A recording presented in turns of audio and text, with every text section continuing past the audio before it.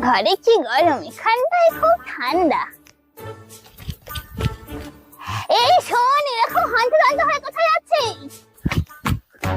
আরে বলো না, ভাইয়ের বউয়ের সঙ্গে আমার বউয়ের ক্যাজা লেগে গিয়েছে, শুধু ঝগড়া করে। এই জন্য ভাইকে ডাকতে আছি, কি বলবে তাড়াতাড়ি বলো। ও, এই ব্যাপার। আমি একটা দারুণ বুদ্ধি পেয়েছি।